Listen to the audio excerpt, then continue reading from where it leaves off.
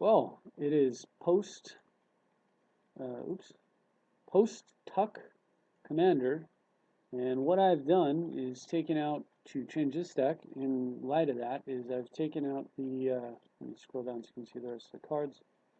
I've taken out the Hinder, and I took out the Spell Crumple. I replaced them with Mental Misstep and Spell Burst. Spell Burst can counter a Mana Crypt if you're going first, and Mental Misstep can always stop a Soul Ring as long as it's in your hand, of course. So I think those two cards are the most important cards in the beginning of the game. So having more ways to shut those down makes more sense to me than having more ways to shut down a commander or a later game spell when I can't get the free tuck on the commander anymore. I'm still playing Terminus, of course, because it really is one of the best Wrath of Gods ever printed. The only comparable card in power level as far as board sweep goes is Balance, and that one is banned. And since I had already been adding in additional blue counterspell, 3-mana counterspells with bonus value like Dissolve and Stoic Rebuttal, save mana and dig, I just don't feel like I'm going to miss the tuck counters too much. I will say this though, if you want a 3-mana counter beyond the ones that I'm using here, I think these are certainly the best ones. But if you want an additional one, then Dissipate is probably your go-to because exiling a card is now more important than tucking. It's better on everything. Tuck was only better because of the commander. At every other point, exile is superior. So that being said, let's move on to some games and see how the changes work. First of all, I played 2 against this boat white, and then the rest were all 1-ofs today. So I'm just going to run through the games as quickly as I can, and hopefully you'll enjoy seeing the new cards in action if they come up. This opening hand here is a mulligan. I'm playing against the same colors, but when I see Mariki Barrett, I know that it's likely that I've got slightly softer opposition than the kind of threat that I would put up, because this is not the best. That's probably the best commander for these colors in tiny leaders, but not in this format here. So I've got a second turn Coercive Portal doing great things for me, and my opponent has no answer to it. And at this point, I'm pretty sure I'm going to win the game. So all I'm going to do is focus on mana disruption. Each turn that's wasted it's stolen from him as far as development goes is another turn that I get to draw cards. So it's kind of like that card. I was Disenchant, draw a card. Strip Mine, draw a card. A Wasteland, rather. Anyway, so I'm able to attack his black mana since he's got Jat Medallion out and everything. And I go ahead and impulse into Mind Twist. I know that on his turn, I know that with the Coercive Portal out, he's got to find an answer to my threats, which means that he's much more likely to be the guy that taps out on his turn first. And since he's going to most likely tap out first, going from Mind Twist there to punish him for doing so is definitely the right call. So all that being said, he conspicuously leaves 3 mana up so he can Thespian Stage and copy my command power and get some black mana. It's pretty obvious that that's the play he wants to make. So I go ahead and, having drawn a map and a Chromatic Lantern, I go ahead and tap out this turn in order to just attack his black mana again. If he had a land in a card like Oblivion Ring or Disenchant or Dismantling Blow or something for Coercive Portal, that probably wouldn't be that big of a deal. I've already gotten so many cards off of it that most likely, I'm already favored to win anyway. But on the other hand, since he did not have it, it was a calculated risk and it paid off. So I take another one, having taken that one, figuring with his Esperland he's going to do exactly what he did, fetch black, right? So I figured I was safe enough. He didn't have a 3-mana instant I had to worry about, and I was safe enough to cast Thran Dynamo. Once the Thran Dynamo resolves, I can cast Memory Lapse, but while it was on the stack, I could not. But like I said, calculated risk, paid off. And then he top-decked Urborg and probably felt pretty bad about going for the Swamp. Right after top-decking an Urborg, he would have certainly rather have gone for a second white or his third blue. Anyway, so he searches for a Sensei's Divining Top, And as predicted, he's the one that needs to tap out on his turn. He does. I mean, I think he searched for top, but regardless, I go ahead and play Teferi for 0. And then with him tapped out, Mind Twist for 5. With 3 mana ready to go, so I can dissolve his top and take a look at my next card and make it better. At that point, he just gives up and we move on to game 2. So, alright, so I've got another misstep. Now here I actually drew one of the new counterspells, so we'll see if this is better or worse than a 3 mana counterspell. Certainly, if you're going to draw it, it's the opening hand is where you want to see the card the most. It gets obviously worse as the game goes on because, of course, in the beginning you play all your 2 spells. But it's also deck dependent. And look at that.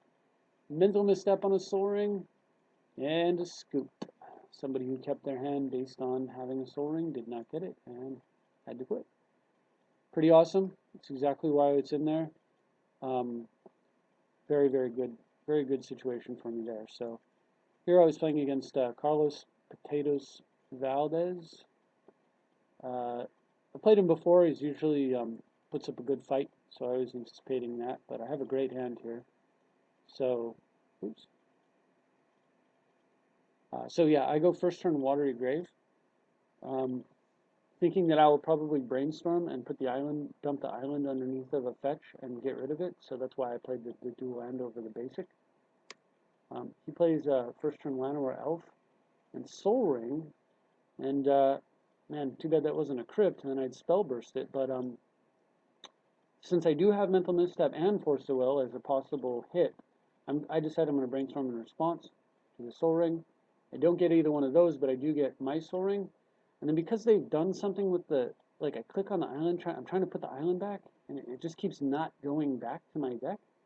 Finally, I end up somehow managing to get it back on my deck, but it ends up, the fetch land is underneath the island. It's exactly backwards. But, you know, whatever.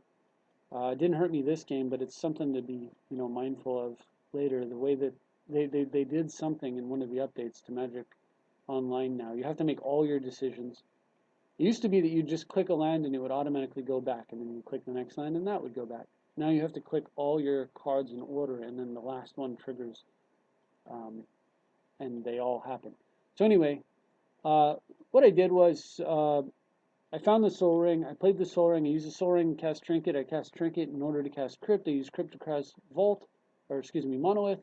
I said go, and on his turn he played Soul Ring into, or no, excuse me, Seal of Cleansing into Reclamation Sage. Double disenchant. Boom, boom, I was ahead on mana, and now I'm not. But I draw a Gilded Lotus, so problem solved. And then I send in with Trinket Mage. You don't see me do this too often, but I was actually hoping he'd block.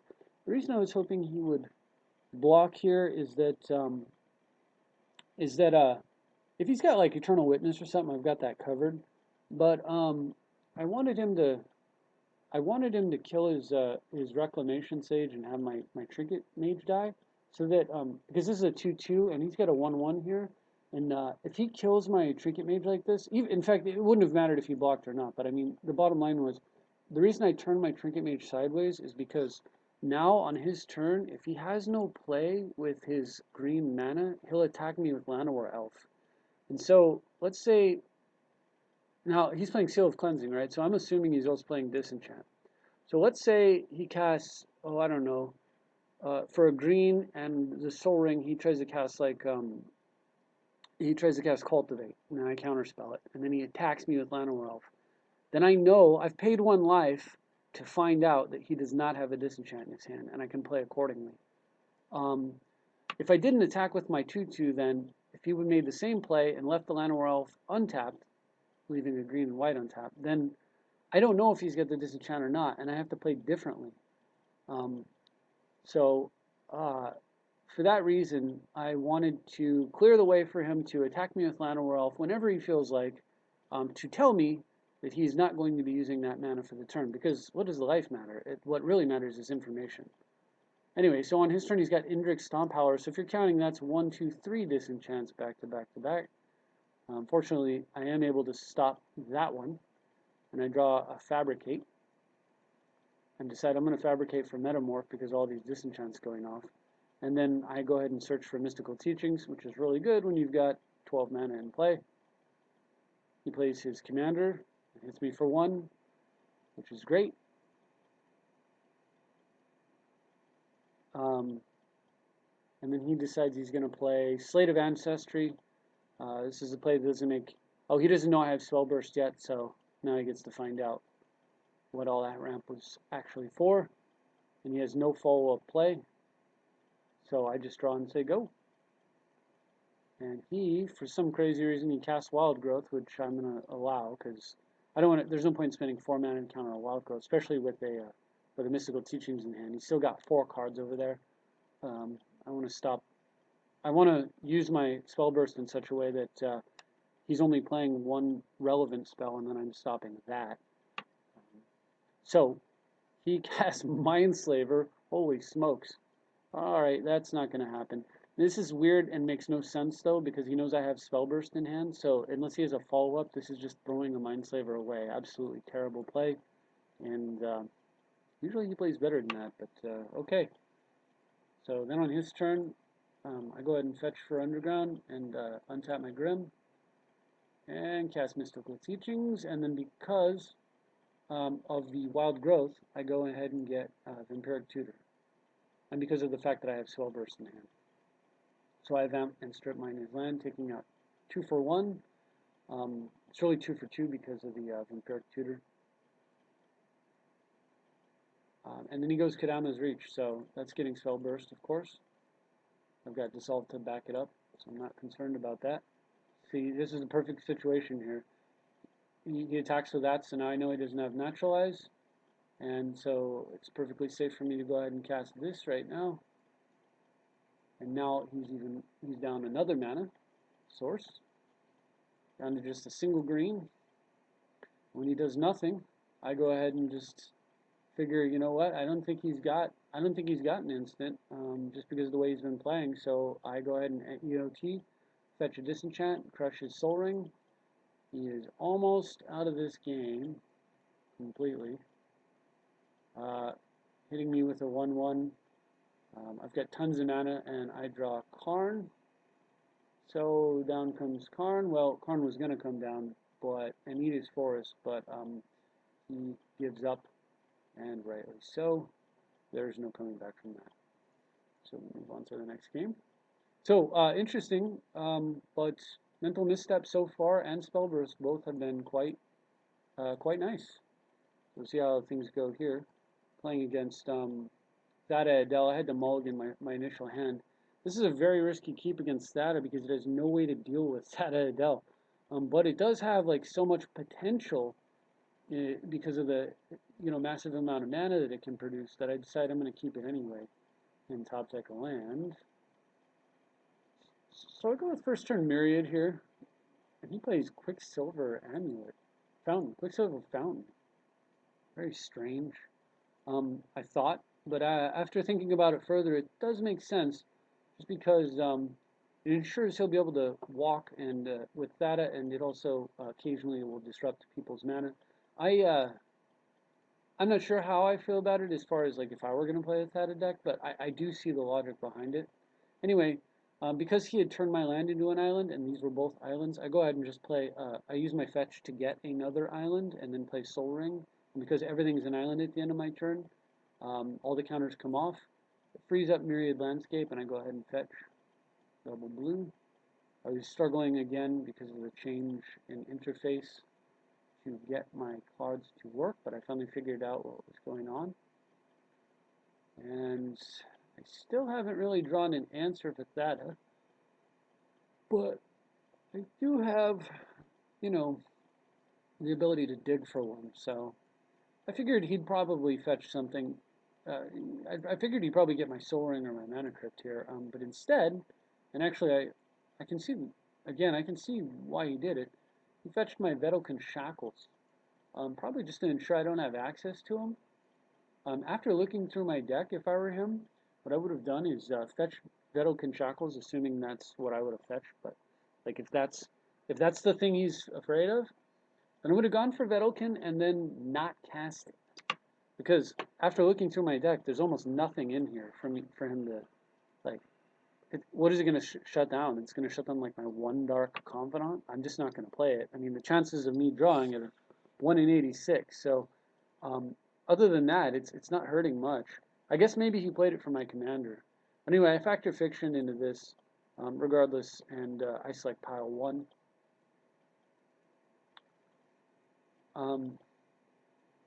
And actually, maybe not casting it's wrong, because actually, if you look at it here, it is preventing me from playing my commander.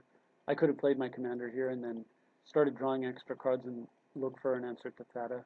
So perhaps that was the right call. At any rate, he plays a brainstorm knowing I have mental misstep. Strangely, I guess he just wanted to get out of my hand, which he does. I'm not gonna let a brainstorm resolve.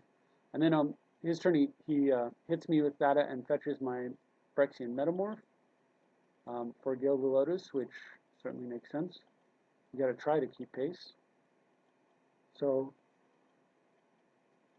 grab a few cards and thin my deck out, and draw extra land for my troubles. And almost went for my commander there, and then remembered, right, Vedalken Shackles, this is an island. Even though this will stop being an island at the end of my turn, on that turn, because everything was an island in play, it immediately becomes an island again, and then you could just steal. So, yeah, not so good. Anyway, for some weird reason. Oh, he tapped a blue in order to suspend a Ancestral Vision. That's not going to ever be relevant. So, and then this time hitting me with Thada, he plays Corrosive Portal. I actually thought about if your environment has a lot of Thada, then you may not want to play Corrosive Portal. Although I will, obviously I had that game earlier where I played it off a workshop, and that's why it's in there. So it's kind of a judgment call. But it used to be the case that I didn't have anything that could significantly hurt me, like my own Corrosive Portal, before that card was printed. However, I think we probably have enough answers to Thada that we don't need to like build the deck around it and take out the one threat that she can get. However, if you, like I said, if your environment has a lot of Thada and you feel like you just don't want to have a card that probably loses the game for you, the Corrosive Portal, in your deck for them to fetch, then you may consider swapping this out for, like, say, the blue Honden or something along those lines, so that you still have the same feature in the card, but not the vulnerability to them fetching it out. Because if you take a look at the rest of the deck here, so I'm casting a Merchant Scroll, there's very little else that would actually really hurt you. Well of Lost Dreams doesn't hurt. It doesn't really help them, and it's unlikely that they've got any way to gain life. Maybe a Pristine Talisman, but doubtful. And just about everything else is just mana production. If they go and get top, they can peak with it, but if they actually tap it to draw cards, the top will jump to the top of your deck. Maybe the next worst thing for them to get would be Scroll Rack, just because, like, I mean, look at how bad do I want to draw Scroll Rack, right? Anyway, but carrying on with the game, I Merchant Scroll here. I thought about going for Muddle the Mixture and then transmuting Muddle into Scroll Rack and then drawing basically 5 new cards. But instead, I decide what I'm going to do is go get Rift. I'm going to Rift these back to my hand. This is actually a Metamorph, right? So I'll get an answer to Thada pops back into my hand, and a second answer to Thada pops into my hand. Plus, he's got to replay all this stuff. Seems pretty good to me. I guess it seemed pretty good to him too, because he actually gave up right there when I played that. So that was against Wanderer. And then I had this game against Tiny Tim Has Gifts, playing Maelstrom Wanderer, if I remember correctly. Let's see. Yep. So I kept a hand with land tax in it and thought that was going to be the first turn play. Thought I was going to play land tax and then develop with this and remand and eventually work my way up to County Gem and then proc the land tax. But because I drew this, I've got a whole different line of play here. Go get Mana Crypt, get down County Gem right off the bat, and then play land tax. I figured The worst thing he can do to punish me here, like a disenchant on the county gem, like a naturalize or whatever, it's not such a big deal, truthfully, because I'm just gonna play a land and cast Worn Power Stone and still have 5 mana. Plus, I'll be drawing cards off tax. Um, the worst thing he can do here is play Sylvan Library. But if he does, I've got Tezzeret to go get Scroll Rack. So I'll actually be drawing more cards than he will. So it's probably not too bad, even if that happens. Um, However, none of that happens. He doesn't even have a play, so I go ahead and just play a land and cast Worn Power Stone. Even though I have Confidant, I just want to sit on Remand because 3 mana is a key turn for Maelstrom Wanderer. That's the Cultivate turn. Um, he's got nothing, so he discards a Cascade guy.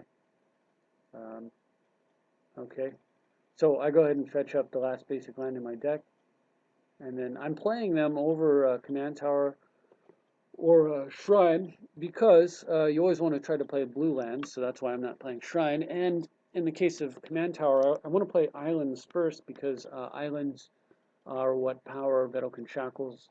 So anytime I have the choice between Islands or some other lands, I'm almost always going to choose Islands.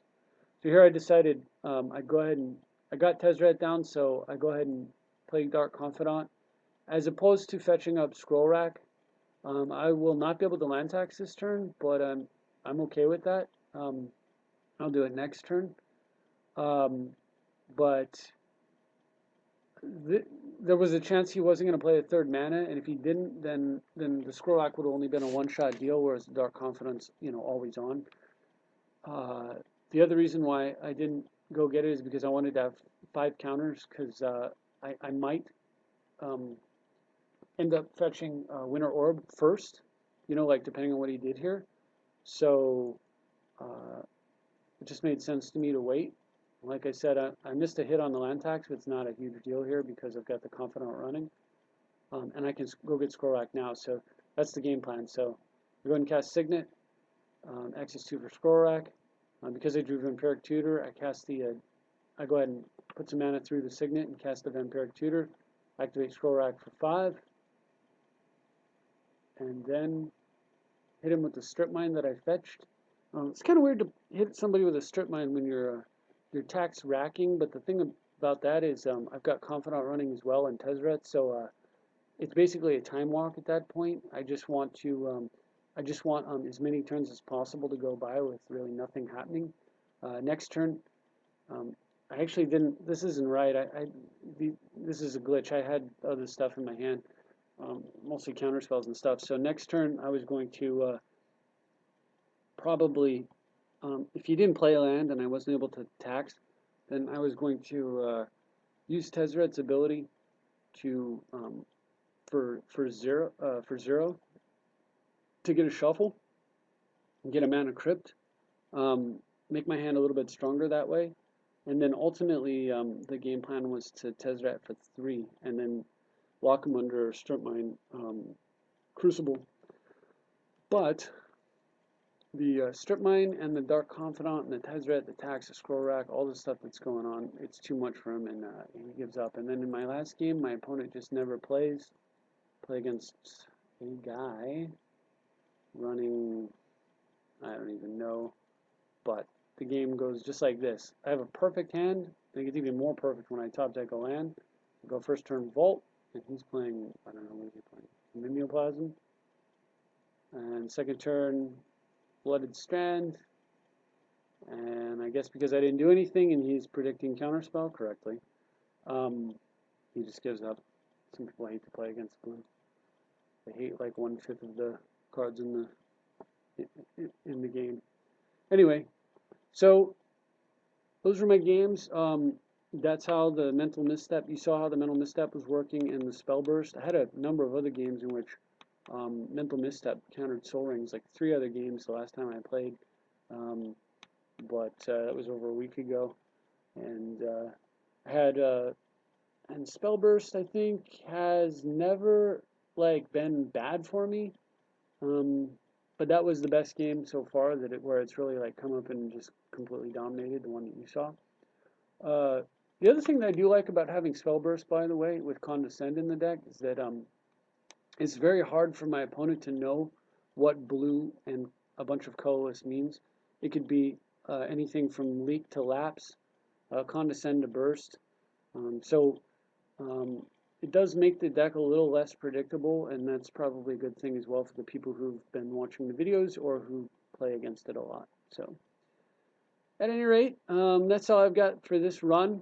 I don't think it was super exciting, but hopefully it was interesting how I've responded to the lack of tuck. I'm going to continue to watch and see if commanders give me any problems. There are more solutions than just what I've done here.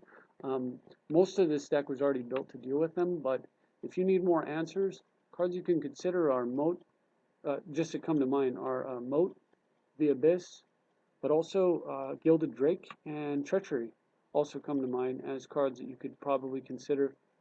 Gilded Drake because you can muddle the mixture for Gilded Drake. So you can basically mystical teachings, into muddle or whatever. There's a lot of ways to go get muddle, and then it's also really cheap. Just being able to play a Gilded Drake for 2 mana and answer like a ramped out Zur or something can be really powerful. And then Treachery because it's once it resolves, it's functionally 0 mana. Sometimes it produces extra mana depending on how you played it, like if you had an Ancient Tomb out and stuff. But also very strong card in conjunction with Winter Orb, and it just generally strong because of the fact that once it's finished resolving, you've got counter magic up to protect it.